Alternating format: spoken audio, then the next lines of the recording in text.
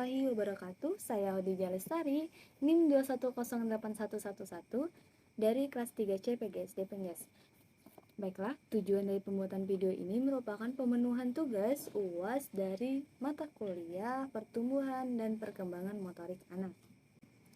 Coba jelaskan apa kaitannya konsep pertumbuhan dan perkembangan dengan proses pembelajaran pendidikan jasmani di sekolah dasar. Baiklah, hakikatnya pendidikan jasmani adalah proses pendidikan yang memanfaatkan aktivitas fisik atau human movement yang dapat berupa aktivitas jasmani, permainan, dan olahraga. Nah, pengembangan substansi pendidikan jasmani dan pendidikan olahraga pada dasarnya bertolak dari kaidah yang sama, yakni penyesuaian dengan kematangan atau kesiapan belajar anak. Kemudian pendidikan jasmani ini merupakan sebagian dari bagian integral dari pendidikan yang akan membantu para siswa untuk mendapatkan proses pertumbuhan dan perkembangan secara optimal, baik itu fisik, motorik, mental, dan sosial. Tujuan pengembangan aspek fisik yang akan berhubungan dengan kemampuan yang melakukan aktivitas-aktivitas yang melibatkan kekuatan fisik dan berbagai organ tubuh atau physical fitness. Kemudian pengembangan gerak, yakni berhubungan dengan kemampuan melakukan gerak secara efektif, efisien, halus, indah, sempurna, yang sering disebut dengan skillful. Kemudian pengembangan mental berhubungan dengan kemampuan berpikir dan menginterpretasikan pengetahuannya tentang pendidikan jasmani ke dalam lingkungannya. Dan yang terakhir, yakni perkembangan sosial berhubungan dengan kemampuan siswa dalam menyesuaikan diri pada kelompoknya. Nah, kaitan pendidikan jasmani sebagai human movement ini yakni ketika pendidikan gerak atau movement education dipandang sebagai pendekatan belajar yang atau pendidikan jasmani yang sangat tepat karena terkait dengan pendidikan jasmani sebagai life skill. Coba jelaskan tentang perkembangan hidup sepanjang hayat. Nah, manusia akan menghadapi fase-fase selama hidupnya. Fase yang pertama, yakni masa sebelum lahir atau disebut prenatal period. Masa ini merupakan masa sejak bertemunya sel induk ayah dan sel ibu sampai 9 bulan 10 hari. Nah, masa-masa ini juga terbagi menjadi 3. Yang pertama, periode telur atau zigot, yakni berlangsung sejak pembuahan sampai akhir minggu kedua.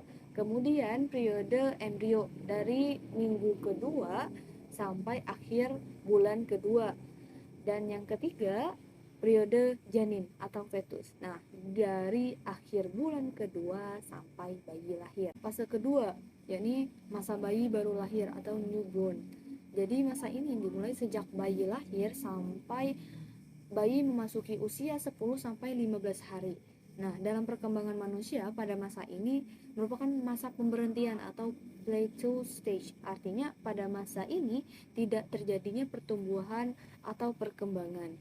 Masa selanjutnya yakni masa bayi atau babyhood. Masa ini pada usia ketika bayi berada di usia 2 minggu sampai umur 2 tahun. Nah, periode ini merupakan periode kritis karena periode ini di mana dasar-dasar untuk kepribadian dewasa pada masa itu diletakkan.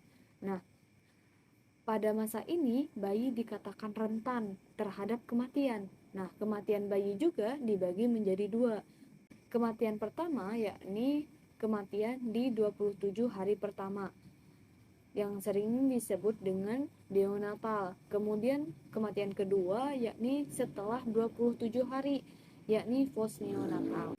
Masa berikutnya yakni masa balita. Balita sendiri merupakan singkatan dari bawah 5 tahun. Jadi kita seperti yang kita ketahui, balita merupakan kisaran bayi atau periode manusia pada usia setelah bayi sekitar 2 tahun sampai 5 tahun.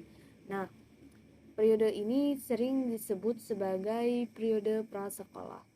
Periode berikutnya yakni periode kanak-kanak atau masa kanak-kanak yang sering disebut early childhood, yakni pada usia ini atau pada periode ini anak-anak bisa disebut sebagai masa prasekolah karena berlangsung dari usia 2 sampai 6 tahun. Masa ini dikatakan prasekolah karena pada masa ini anak-anak mempelajari dasar-dasar yang lebih tinggi dari sebelumnya, yakni mempelajari tentang dasar-dasar perilaku sosial yang mana akan diperlukan saat penyesuaian diri di sekolah dasar. Selanjutnya yakni masa kanak-kanak akhir, sering disebut dengan later children, di mana pada masa ini anak pada usia 6 tahun sampai 12 tahun. Bagaimana tidak, pada masa ini anak sekolah sudah bisa menerima tuntutan dari luar atau eksternal dari dirinya sendiri, karena pada masa itu anak-anak telah siap untuk mendapatkan pendidikan di sekolah dan perkembangan atau pendidikan yang berpusat pada aspek intelektual. Baik, ke masa selanjutnya yakni masa puber atau puberti. Nah, pada masa ini kisaran usia sekitar 11 sampai 16 tahun. Nah, pada usia ini manusia sudah mengalami masa-masa puber atau perubahan pada fisiknya. Kalau terutama pada wanita akan mengalami haid pertama, kemudian untuk laki-laki akan mengalami basah pada malam. Nah, utama pada masa puber itu yakni perubahan besar tubuh, perubahan proporsi tubuh, perubahan ciri-ciri seks primer, kemudian perubahan pada ciri-ciri seks sekunder. Beralih ke masa berikutnya yakni masa dewasa awal atau early adult. Nah, masa ini yakni dewasa. Dewasa adalah periode yang paling penting dalam masa kehidupan. Nah, pada masa dewasa ini dibagi menjadi 3 tahapan. Masa pertama yakni dewasa awal. Nah, kisaran usianya kisaran dari 21 sampai 40 tahun. Kemudian ada dewasa pertengahan, yakni kisaran usia dari 40 sampai 60 tahun. Dan yang terakhir yakni dewasa akhir. Dewasa akhir yakni usia dari 60 sampai mati, sampai berakhirnya usia, sampai akhir hayat. Soalan selanjutnya yakni kenapa stunting sangat berbahaya bagi generasi mendatang? Stunting apa sih? Stunting merupakan pertumbuhan dan perkembangan yang terhambat oleh kurangnya gizi yang tidak sesuai dengan indeks tubuh. Nah, dengan ini dampak-dampak stunting itu bukan hanya berdampak pada fisik, tapi juga pada pola pikir terkait dengan afektif, kognitif, dan fisikomotor anak. Nah, ketika anak yang terlahir stunting, kemungkinan kan stunting ada sebagaimana teori, ada empiris, nativisme. Kemungkinan empiris keturunan ketika kedua orang tuanya melahirkan anak stunting dan tumbuh menjadi dewasa, tumbuh dan akhirnya pada dewasa pastilah akan berkembang biak menikah lagi, apabila lagi menikah dengan orang yang stunting juga. Ketika stunting bertemu dengan stunting, beranak pinaklah orang-orang yang stunting, sehingga itu akan bukan menghancurkan, lebih tepatnya akan mengganggu perkembangan atau perjuangan dari bangsa, sebagaimana dari perjuangan kita untuk menjadi negara yang lebih maju lagi. Bagaimana negara bisa maju ketika orang-orang yang ada di dalamnya atau sumber daya manusia yang ada di dalam sebuah negara tersebut tidak bisa dikatakan kurang. Nah, seperti itu. Jadi stunting sangat berbahaya, bahkan itu udah dikatakan di Asia Tenggara ini stunting dikatakan sebagai ancaman yang luar biasa untuk kemajuan atau peradaban bangsa. Selanjutnya, apa yang akan dialami siswa jika siswa tersebut mengalami stunting? dampak yang jelas terjadi yakni peningkatan kejadian kesakitan, kemudian kurangnya perkembangan kognitif, motorik, dan verbal pada anak yang bentukannya tidak optimal, sehingga meningkatnya biaya kesehatan. Terus dampak jangka panjangnya, postur tubuh yang tidak optimal saat dewasa bisa dikatakan lebih pendek, lebih kurus dibandingkan pada umumnya. Kemudian meningkatnya resiko obesitas dan penyakit lainnya. Terus menurunnya kesehatan reproduksi, sehingga yang terlahir anak-anak yang stunting seperti yang dibahas sebelumnya. Kemudian kapasitas belajar dan performa yang kurang optimal saat masa sekolah, dan produktivitas dan kapasitas kerja yang tidak optimal. Nah, pada siswa yang mengalami stunting tentu sangat berpengaruh dan berdampak, terutama pada gangguan kognitif. Nah, beberapa penelitian menemukan bahwa anak dengan kondisi stunting memiliki kemampuan kognitif yang rendah. Nah, itulah mengapa kondisi stunting sering dihubungkan dengan kecerdasan yang lebih rendah pada usia sekolah. Terlihat dengan jelas bahwa stunting tidak semata mempengaruhi tampilan saja, tapi juga aspek intelektual sang anak. Nah, kemudian tadi gangguan kognitif. Kedua, kesulitan belajar.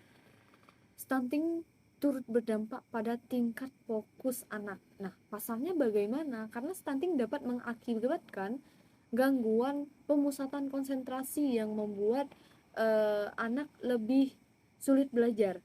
Nah, penelitian juga menunjukkan bahwa anak yang perawakannya pendek terus memiliki fokus dan tingkat konsentrasi yang lebih rendah. Nah, sehingga bisa mempengaruhi prestasinya di sekolah. Nah, selanjutnya pada anak sekolah yakni rentan mengalami penyakit yang tidak menular. Nah, salah satu dampak dari stunting ini bagi kesehatan anak yaitu membuat anak lebih rentan mengalami penyakit tidak menular saat dewasa nanti. Nah, penyakit yang tidak menular tersebut bisa berupa obesitas, penyakit jantung, hipertensi, hingga kini hubungan antar stunting dan penyakit tidak menular masih terus diteliti oleh para ahli. Selanjutnya, kekebalan tubuh yang menurun atau lebih rendah. Kekebalan tubuh yang lebih rendah ini telah diteliti berhubungan dengan malnutrition yang terjadi pada stunting. Nah, asupan nutrisi yang buruk dapat menyebabkan gangguan pada sistem kekebalan tubuh secara keseluruhan, sehingga membuat anak lebih rentan mengalami penyakit infeksi berulang. Nah, kondisi ini pun akan ada dalam lingkaran yang terus-menerus. Artinya penyakit infeksi yang berulang akan berakibat terhadap buruknya asupan nutrisi dan akan terus berpengaruh terhadap rendahnya sistem kekebalan tubuh. Nah, dan terakhir, performa yang rendah. Stunting berdampak pula terhadap produktivitas dan performa kerja ketika anak menjadi dewasa. Nah, ditemukan bahwa orang dewasa dengan tubuh pendek memiliki performa dan produktivitas kerja yang lebih rendah, yang kemudian menyebabkan penghasilan ekonomi yang lebih rendah. Nah, hal tersebut dibandingkan dengan kelompok orang dewasa yang tidak mengalami stunting pada usia anak. Nah, dapat diketahui bahwa anak yang mengalami stunting itu sangat berpengaruh pada proses pembelajarannya karena sudah tidak uh, tidak sesuai atau tidak pada kadarnya. Nah, sebagaimana contoh ketika bibitnya jelek ya outputnya pun keluarnya seperti itu. Ketika bibitnya yang sebagaimana kita ketahui, misal bibitnya tidak bagus, otomatis outputnya ya tidak bagus juga, seperti itu. Oke, pertanyaan terakhir.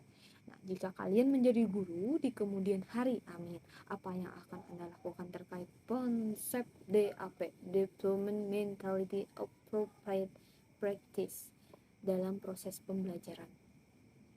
Oke.